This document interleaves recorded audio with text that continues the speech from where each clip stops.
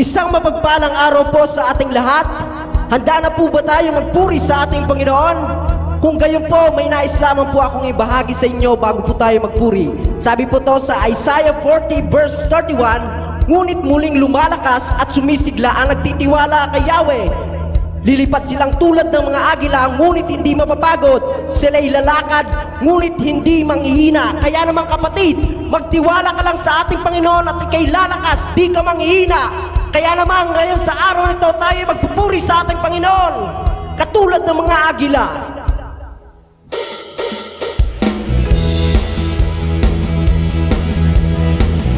Katulad ng mga agila, lumipad ka. Magtiwala ka sa Panginoon. Katulad ng mga agila tayo ay lumipad. Hindi mapapago natin magkakasal. Pagkakasal ng buhay at sila sa mga anak ng Diyos kanatila. Halika na! Halika na! Tayo na! Ipahayag ang tagumpay na. Halika na! At magdala kalakasan sa presensya niya. Ito ang panahon. Ito ang panahon, di na uso ang magbaksnan. Oh, ito ang panahon ng pagbabalik loob sa Kanya. Sama na, pagkapoy sa ngalan niya. Ang gawa ng Diyangluan, tutupugin na. Halika na! Halika na! Tayo na! Ipahayag ang tagumpay na. Halika na! At magdala ng kalakasan sa presensya niya. Halika na!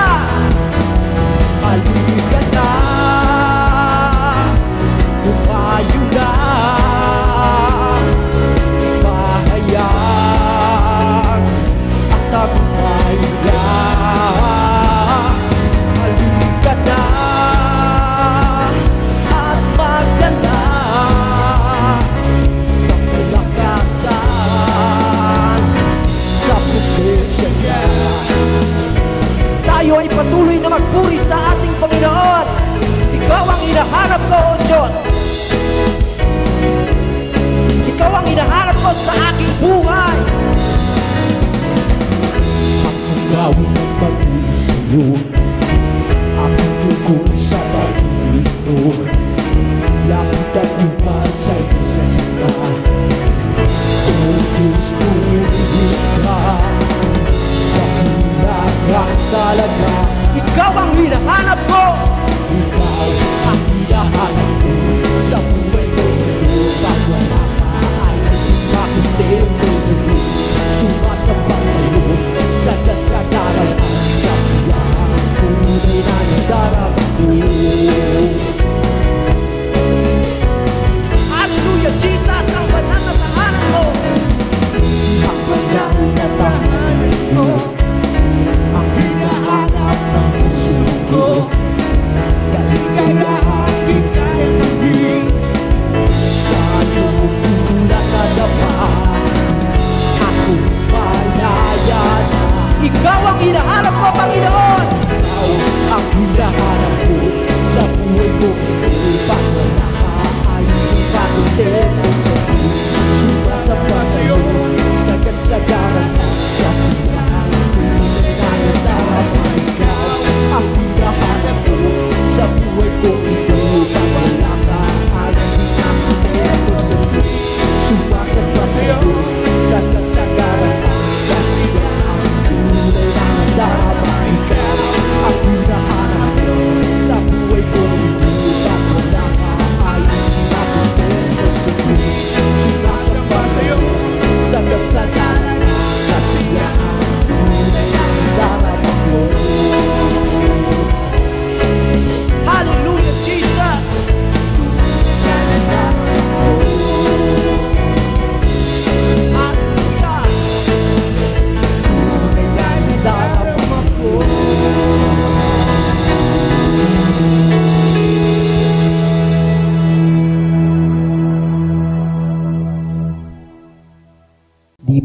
napakasarap magpuri sa atin, Panginoon.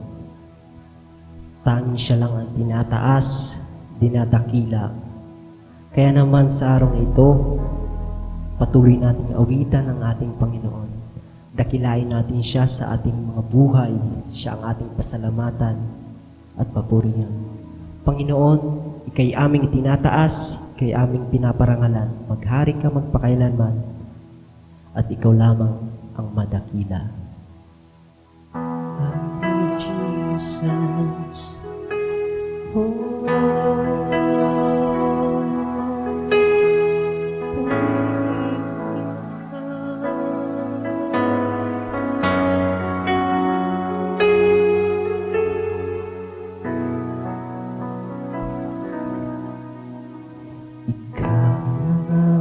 pag-asa ko, tanging ikaw ang buhay ko, Jesus.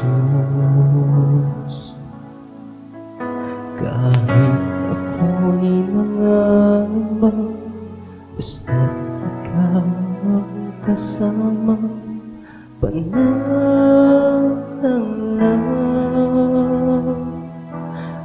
Kahit kailan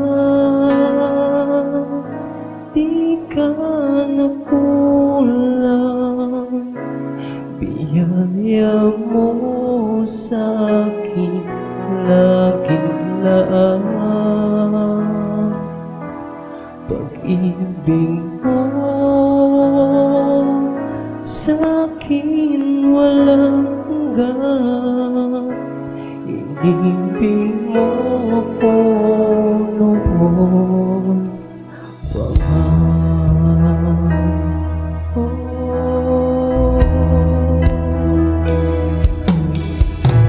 Kaya ika'y sasambahin, paligid man ay madilim, Jesus.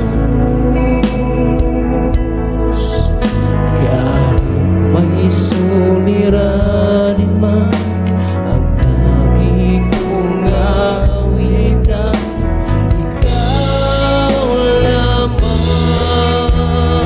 Kahit kailan di ka nakulang, biyaya mo sa'kin laging lahat. Pag-ibig mo sa'kin walang hanggan, ibig mo ko noon pa man. Oh, Jesus. Kaya ika'y sasambahin, paligid man ay madilim, Jesus. Kahit may suliranin man, ang lagi kong aawitan, ikaw lamang. Kailan di ka nakulang, biyaya mo sa'kin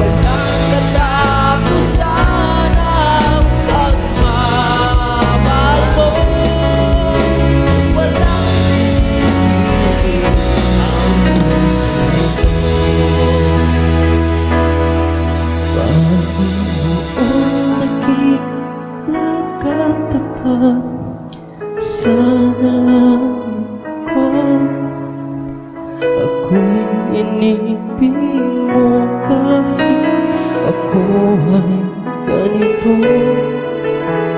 Walang katapusan pagmamahal mo.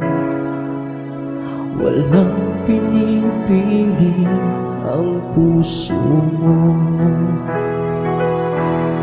Panginoong dakila ka na pa sa dalangin ko.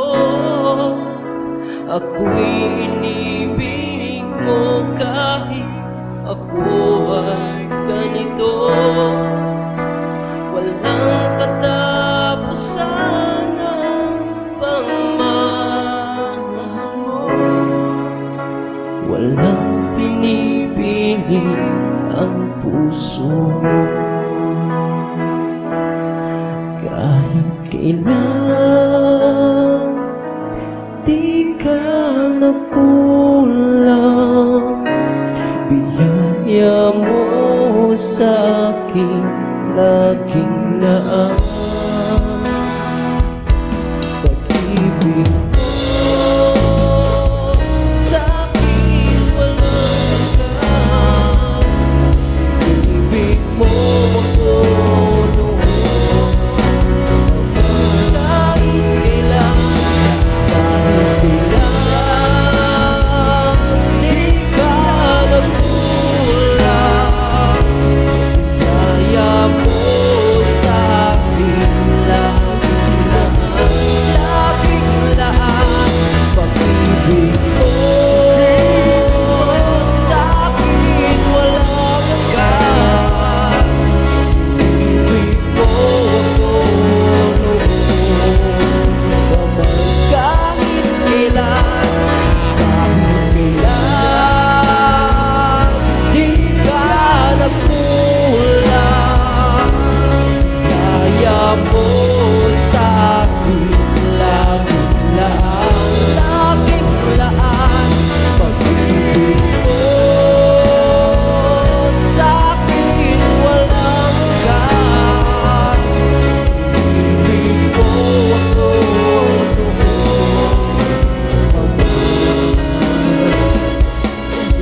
ibig mo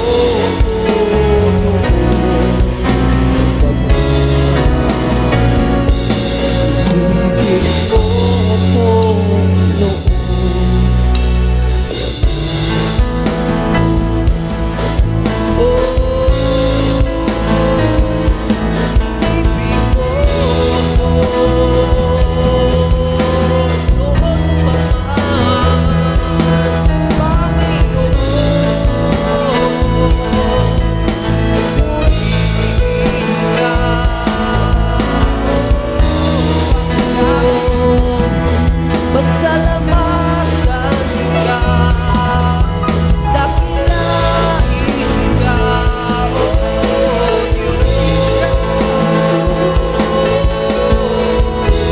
Ikaw lamang, Panginoon, ang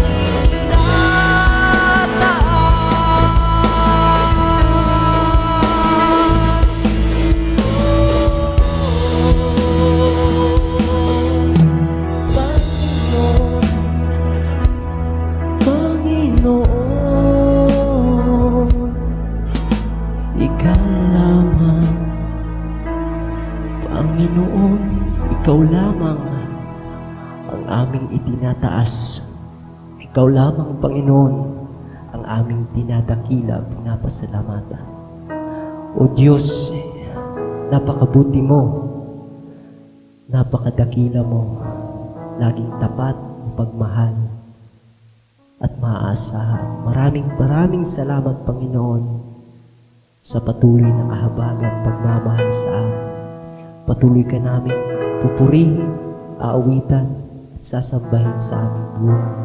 Maghari ka magpakailanman sa tanging pangalan mo lamang, Panginoon Hesus. Amen. Dumako naman po tayo sa ating communion. Matthew 26 verses 26 to 28 says, While they were eating, Jesus took bread, and when he had given thanks, He broke it and gave it to his disciples, saying, "Take and eat, this is my body." Then he took a cup, and when he had given thanks, he gave it to them, saying, "Drink from it. This is my blood of the covenant, which is poured out for many for the forgiveness of sins." Manalangin po tayo. Panginoong Diyos, sa pagtanggap po namin ng tinapay at sarong ito, na sumisimbolo ng iyong katawan at dugo, muli po kaming humaharap sa iyo at humihingi ng tawad sa aming mga kasalanan. Linisin mo kami at bigyan ng panibagong buhay. Nawa ay maging sariwa palagi sa aming puso at isipan ang pagliligtas na ginawa mo at ang pag-alay mo ng iyong buhay para sa amin. Ito po ang aming dalangin sa pangalan mo, Jesus. Amen. Kainin po natin ang tinapay at inumin ang laman ng sarong.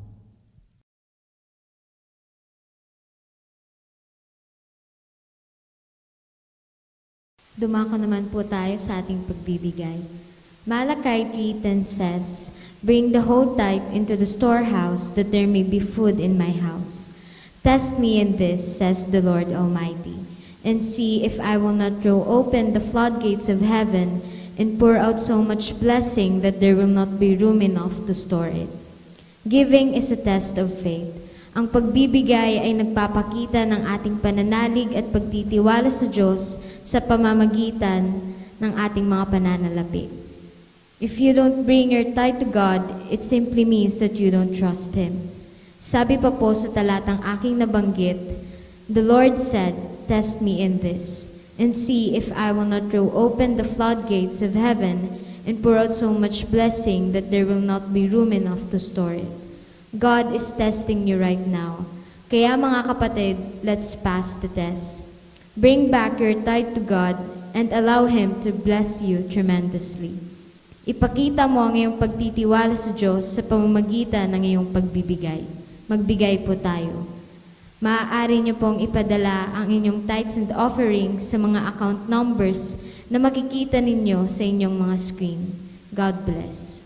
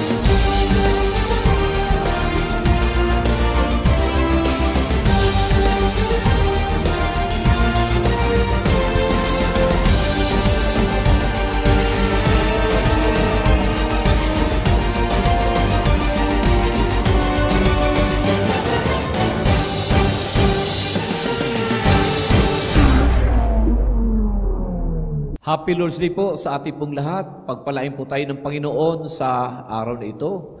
Meron po akong nais ibahagi po sa inyo na napakahalaga bilang mga lingkod ng ating Panginoon, bilang mga anak ng Diyos. Sa ating paglalakbay sa buhay na ito. My topic this morning is entitled, "When the Storm Makes Me Feel Alone." When the storm makes me feel alone. Sa gitna ng bagyo na ako ay walang kasama, sa panahon ng unos na ako ay nag-iisa. Naranasan mo na ba, kapatid, na parang ikaw ay nag-iisa? Yun bang wala kang kasama, wala kang karamay at kadamay sa iyong mga problema? Yung feeling mo, hinarap mo ang matitinding bagyo na dumating sa buhay mo at left alone ang pakiramdam mo. Yung bang parang walang tumutulong sa iyo. Mag-isa kang humarap sa mga hamon ng buhay mo. I would like to read the Bible in the book of Ruth, chapter 1, verse 1 to 18. Ito pong sabi po ng Biblia. Nang ang Israel ay pinamumunuan pa ng mga hukom, nagkaroon ng taggutom sa buong bayan.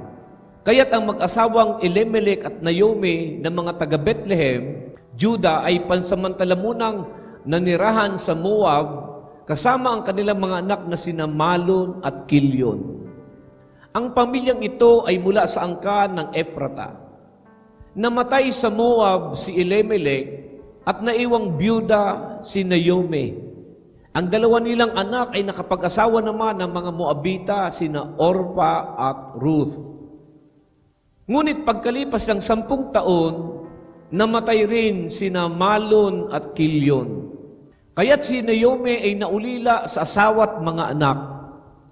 Nabalitaan ni Naomi na ang kanyang bayan ay pinagkalooban ng Diyos ng masaganang ani, kaya't humanda sila ng kanyang mga manugang na umalis sa Moab. Naglakbay nga sila pabalik sa Juda. Ngunit sa daan ay sinabi ni Naomi sa kanyang dalawang manugang, "Umuwi na kayo sa dati ninyong tahanan at manirahan sa inyong mga nanay. Kung paanong naging mabuti kayo sa mga yumao at sa akin, naway maging mabuti rin sa inyo si Yahweh.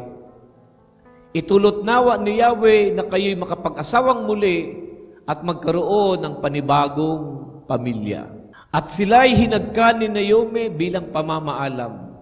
Ngunit napaiyak ang mga manugang at sinabi sa kanya, "Hindi namin kayo iiwan, sasama kami sa inyong bayan." Sumagot si Naomi, "Mga anak, huwag na kayong sumama sa akin. Bumalik na kayo sa inyong mga magulang. Hindi na ako magkakaanak pa upang inyong mapangasawa. Umuwi na kayo. Matanda na ako para mag-asawang muli. Kahit na umaasa akong makakapag-asawang muli, o kahit pa ngayong gabi ako'y mag-asawa at magkaanak, mahihintay ba ninyo na sila'y lumaki? Alam ninyong ito'y hindi mangyayari, kaya mag-asawa na kayo ng iba." Pinabayaan ako ni Yahweh, at hindi ko nais na madamay kayo sa aking kasawian.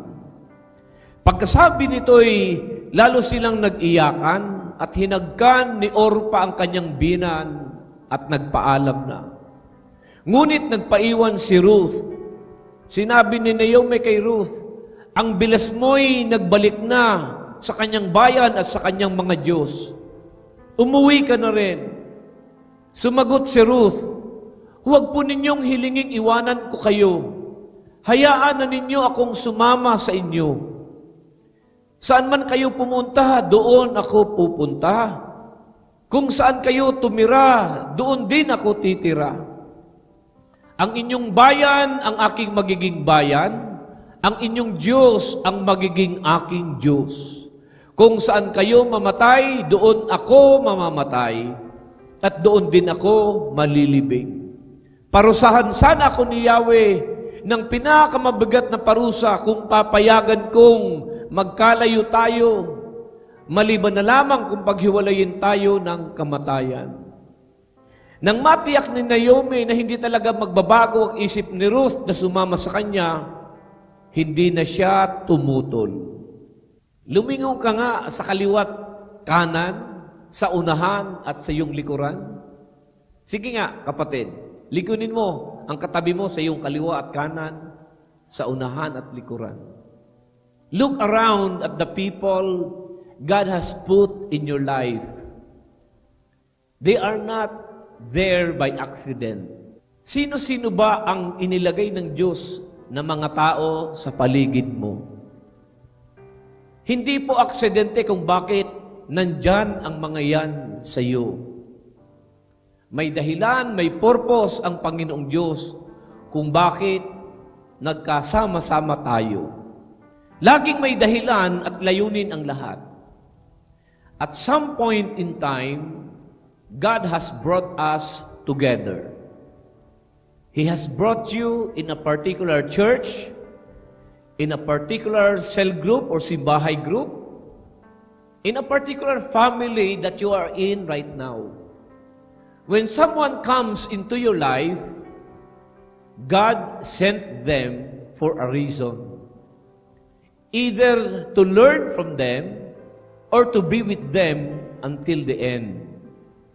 Some people are blessings, and some people are lessons. Meron pong tatlong klaseng kaibigan na ibinahagi ko na sa inyo dati. Merong tinatawag na seasonal friends. Ano yung seasonal friends? Naging kaibigan mo, pero just for a season. Kaklase mo kasi nung elementary at nung high school kayo. Pero pagka-graduate, kanya-kanyang direksyon na ng journey sa buhay. Seasonal. Friends for a season.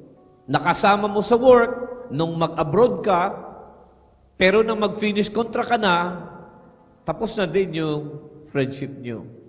It's just for a season. Naging kaibigan mo o naging friend mo noong mag-OJT ka, on the job training ka. O kaya nung nagtitraining ka at nakasama mo sila.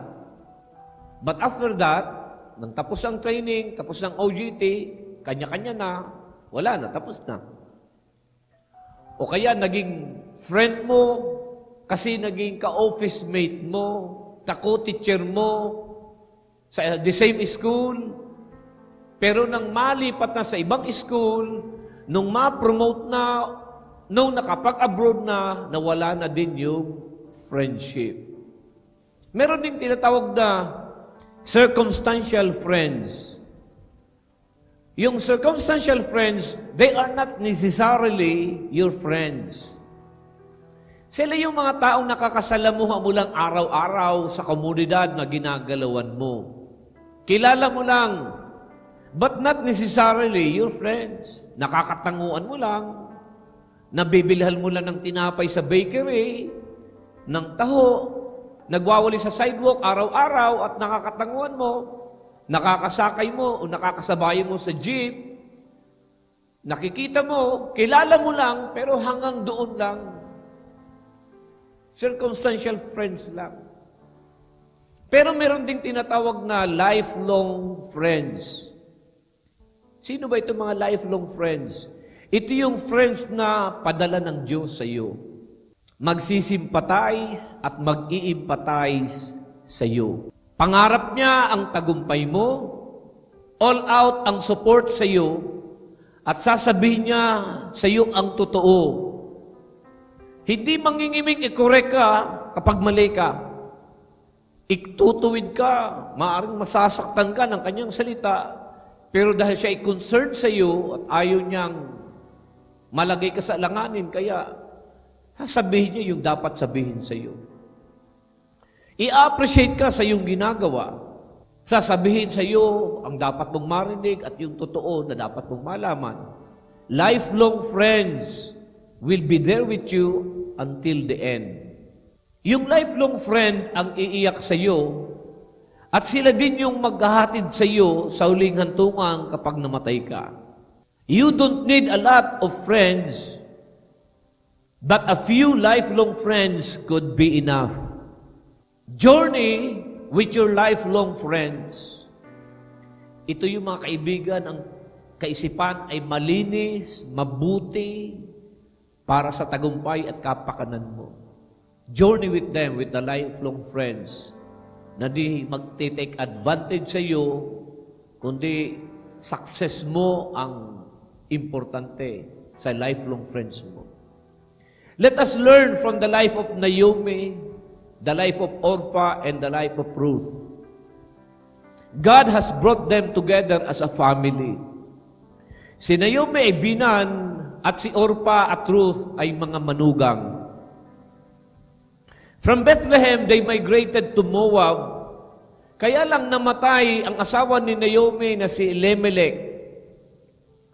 Ang mga anak na sina Malon at Kilyon, ang mga asawa ni Orpha at Ruth, after 10 years, namatay din ang dalawang anak ni Naomi. At naiwang balo silang tatlo lahat. Ano po bang matututunan po natin sa kanilang karanasan? What can we learn from their experience? Una, kapatid, storms are common to everyone. Hindi tayo nasusurpresa ng mga pagsubok at mga problema. Problems are common to every one of us. We face common problems at different phase of time. Silang lahat ay nakaharap ng pare-parehong problema at sitwasyon sa buhay. Lahat tayo mga kapatid, pare-pareho tayong kumakalamang sikmura. Pare-pareho tayong may binabayarang bill sa kuryente, tubig. Pare-pareho tayong kailangang bumili ng gamot kung tayo nagkakasakit. Pare-pareho tayong nangangailangan ng pagkain araw-araw. Pare-pareho tayong napapagod. Pare-pareho tayong nasasaktan. Pare-pareho tayong nagkakasakit, nagkakaroon ng karamdaman. We have common problems. We have common storms. These women shared their tears together. They wept together. They cried together. Pare-pareho silang nasaktan, pare-pareho silang umiyak, nalungkot, nagluksa ng sama-sama. People cry not because they are weak. It is because they have been strong for too long. Umiiyak tayo hindi dahil sa mahina tayo. Minsan umiiyak tayo dahil matagal na tayong naging malakas. Bumibigay din ang luha minsan. Kapag sobrang dami na, sobrang bigat na ng mga problema, bumibigay din, bumubuhos din ang luha. They shared their pain together. They shared burial together. They shared their losses together. They shared their emptiness together. All of them faced the same storm. Kagaya mo at kagaya ko, nakakaranas tayo ng mga pare-parehong problema, pare-parehong sitwasyon sa buhay, sa iba't ibang pagkakataon, umaaring sabay-sabay. Pangalawang katotohanan, God sends the storm to prove that He is the only shelter we can take refuge in. Ang unos ng buhay ay dumating sa lahat upang magpatunay sa atin na tanging sa Diyos lamang tayo dapat bumaling. Pare-pareho sila ng kalagayan, pare-parehong nabalo, pare-parehong natalo, pare-parehong sawi, pare-parehong naulila. They all feel helpless. Panginoon na lang talagang aasahan mo. Kung ang mga tao sa paligid mo ay pareho mo ding umiiyak, pareho mo ding sawit, bigo sa buhay. Minsan sa loob ng pamilya mo, wala ka ding maasahan. Kung sino pa nga yung iniisip mong tutulong sa'yo, dadaymay sa'yo dahil kapatid mo, dahil nanay mo, dahil magulang mo, kuya mo, sila pa yung walang pakialam sa'yo. Kahit nga asawa mo, hindi ka iniintindi. Sinasabihan ka arte. Yung iba naman na inaasahan mong tutulong sa'yo, mas malala pa yung sitwasyon na kinakaharap kaysa sa'yo.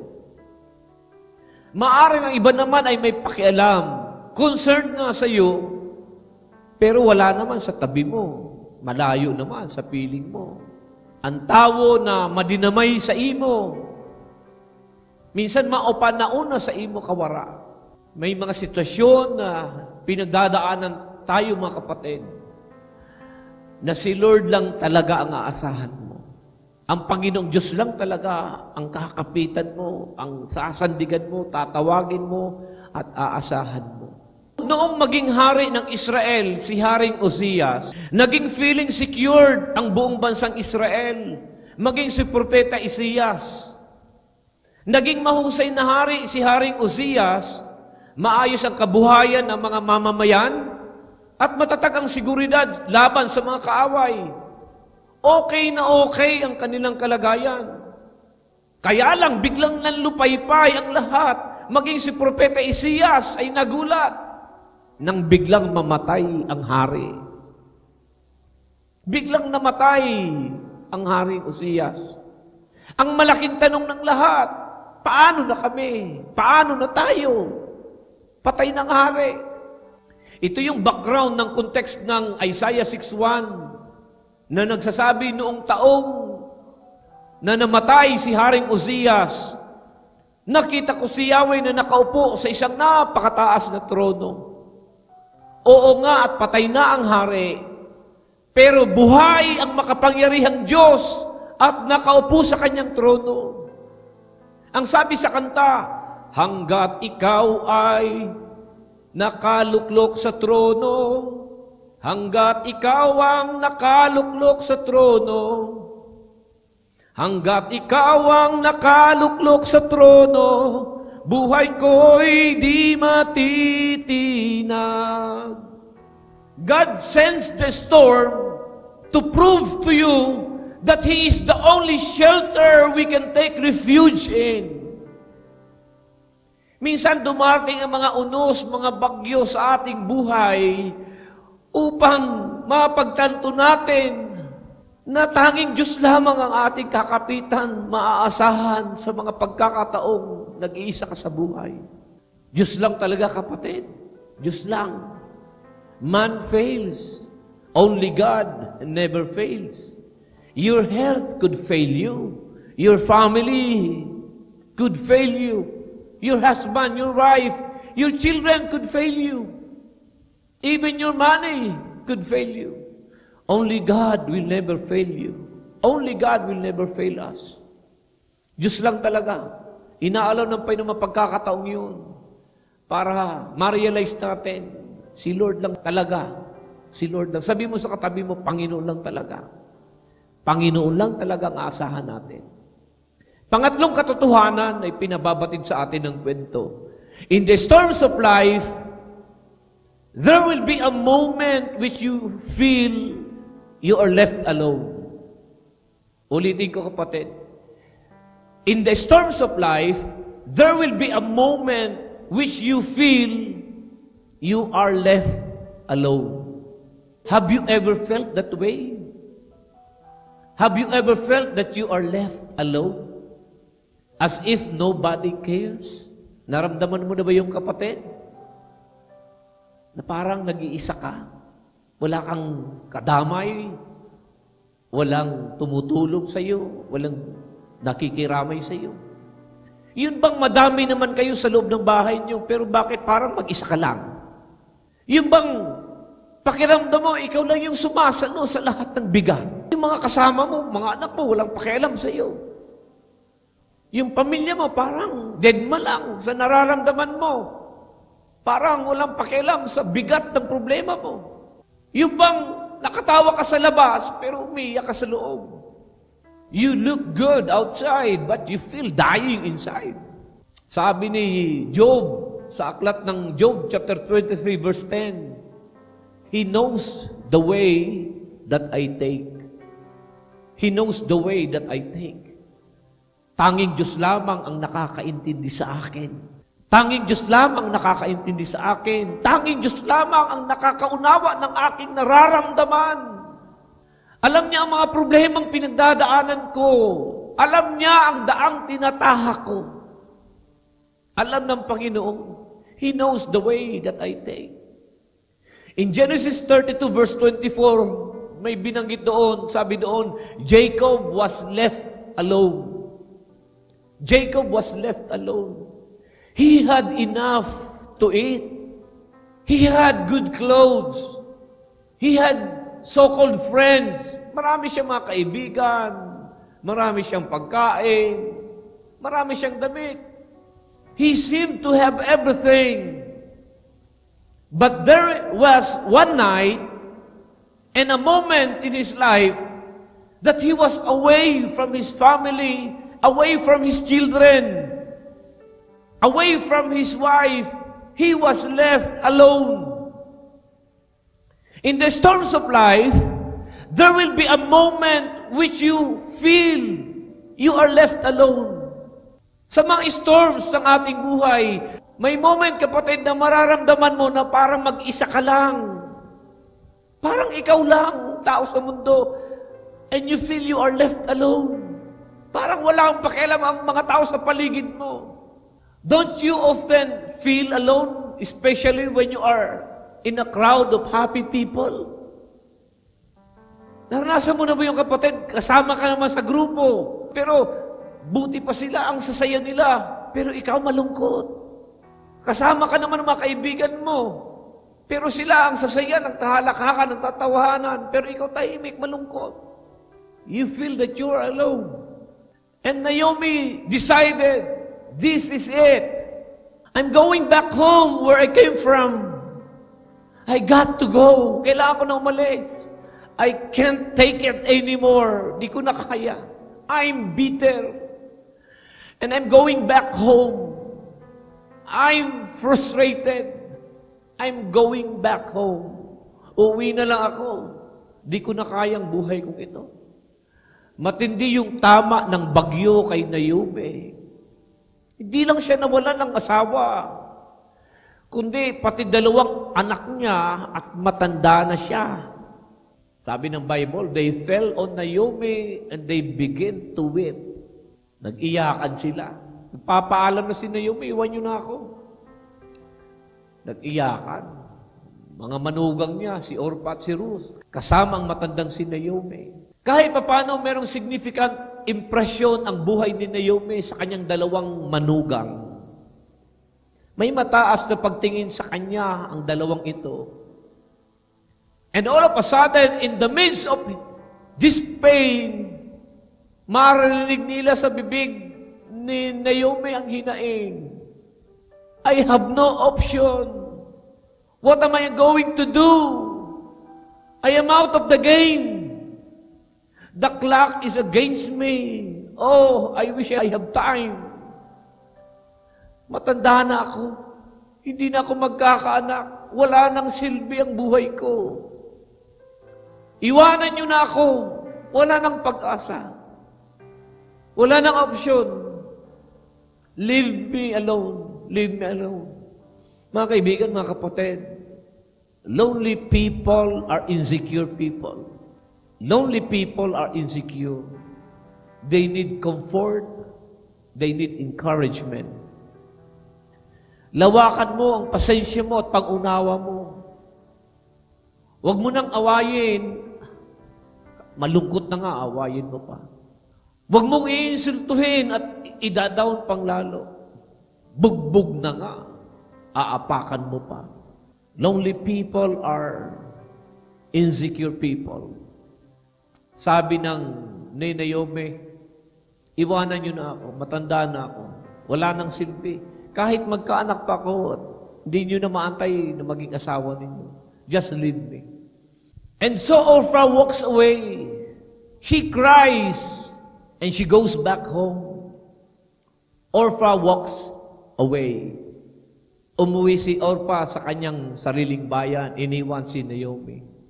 Mga kaibigan, mga kapatid sa ating Panginoon, there are people who can walk away from you.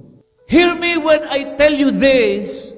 During the storm, some people can walk away from you. Sa panahon ng mga unos, panahon ng mga problema, sa panahon ng mga sakripisyo, sa panahon ng mga kabigatan at mga responsibilidad, some people can walk away from you. Sa panahon ng mga difficulties, sa panahon na hindi magandang sitwasyon, some people can walk away from you. And when people can walk away from you, let them walk. Do not try talk another person into staying with you, loving you, calling you, caring about you, coming to see you, staying attached to you. When people can walk away from you, just let them walk. Orpah walks away.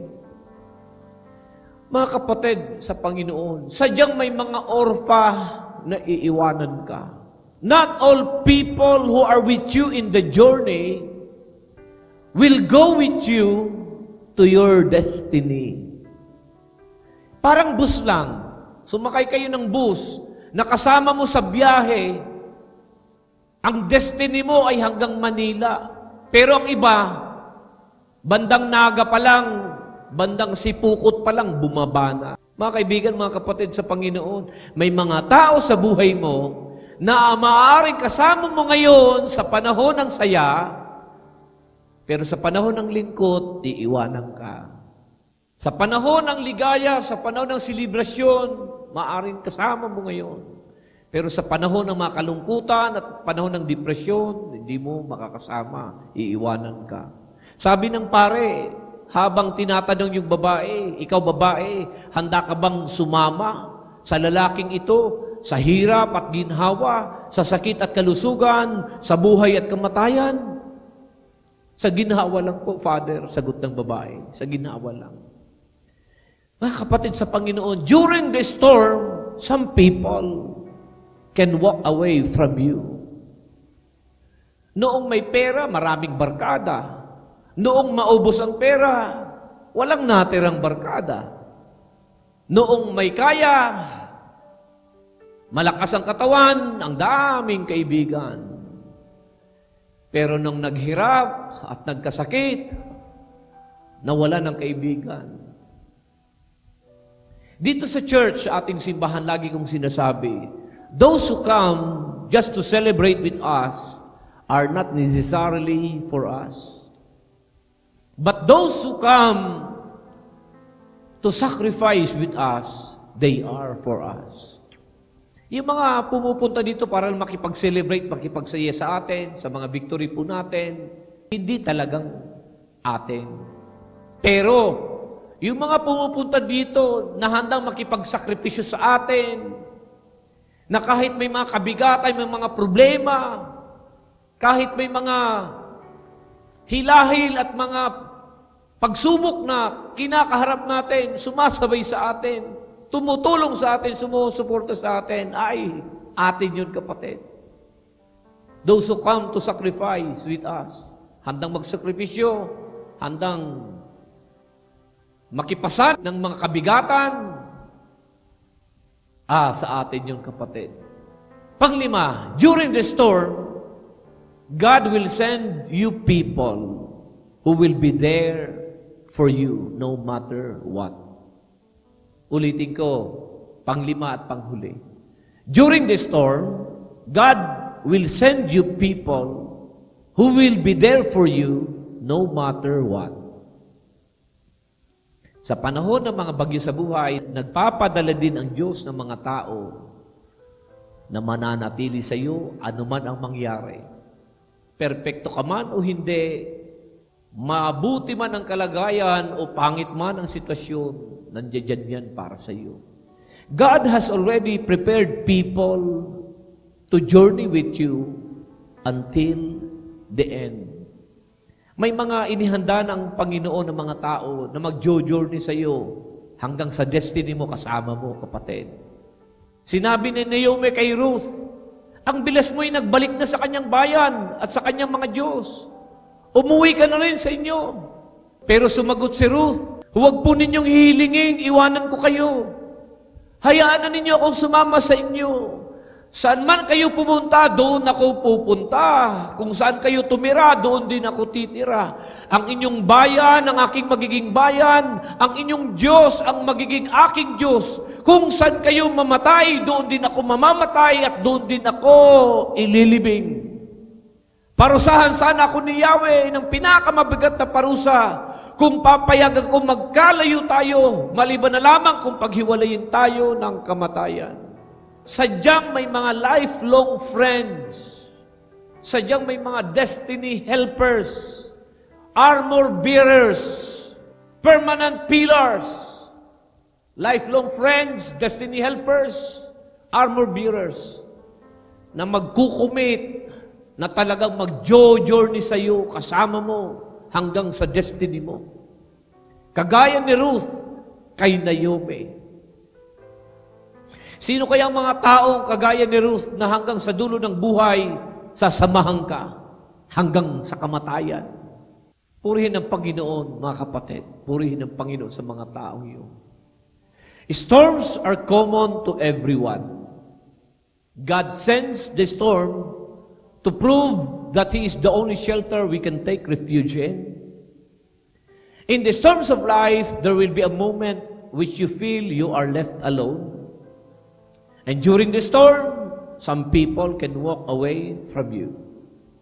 But during the storm, God will send you people who will be there for you no matter what. Pagpalain tayo ng Panginoon sa araw na ito. Palapakan natin ang Panginoon, magsitayo, itaas ang mga kamay, at ako'y nagdideklara. Ang kapayapaan ng Panginoon ay sumaating lahat, ang panatag na puso, ang matiwasay na pag-iisip, ang masayang kalooban at malakas na pangangatawan, ang pinagpalang buhay at kabuhayan ay dumalay sa iyo at sa iyong sambahayan. Pakaingatan ka ng Diyos sa isang buong linggong darating at ang kapayapaan niya maghari sa atin. Tanggapin natin lahat ito sa pangalan ng Ama, ng Anak at ng Espiritu Santo. Lahat ay magsabi ng Amen. Happy Lord's Day. Happy Lord's Day po sa ating lahat. God bless you. God bless you.